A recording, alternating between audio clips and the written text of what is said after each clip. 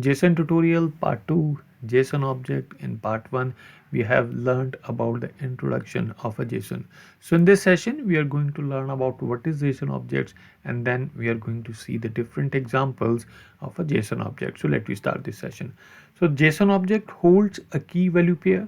So each key is represented as a string in the JSON, and the value can be of any type. So here is an example of a JSON object.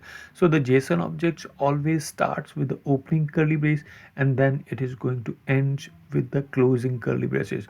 And inside the opening and the closing curly braces, we are going to have a key value pair combination. So the key is going to be stored inside a double quotes, followed by the colon, and then followed by the value of that particular key.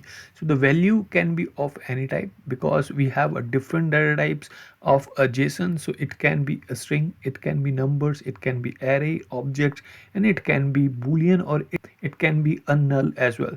So whenever you want to add multiple key values, then you need to separate the key value pairs with the comma. So here is an example.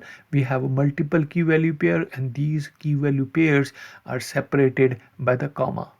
The keys and the values are separated by colon, and each key value pair is separated by comma. So we have a few examples of a JSON objects. So JSON objects with the string. So here is an example of JSON objects with the string. So if you talk about a JSON objects with the numbers, so here is an example of a number. So we are not adding these numbers inside a double quotes. Whatever the numbers we are adding it, we are going to add it without having a double quotes. Here is a price 20. We can also add a double and the floats. So when we talk about a boolean, so we can also create a JSON object with the boolean. So we can have the true and the false.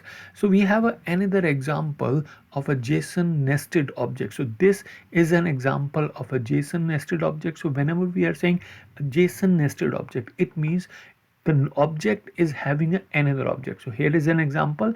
This is opening curly brace, this is the closing curly brace, and these are the different fields. Here organization, country, city, and employee. Employee is also a field inside this particular object, but we can see this employee is having opening curly brace and it is having a closing curly brace.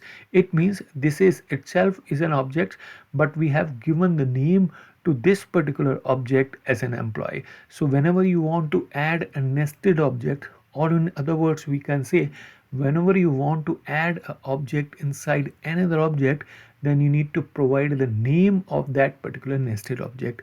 Here is an example. We have the employee as an object, or you can say the employee as a nested object. It is going to have a different fields, or you can say this is a combination of a key value pair where we have the name as a strings, salary is a numbers, as well as whether you are married or not, it is having a boolean. JSON can be represented with the help of the JSON objects. So that's it in this session.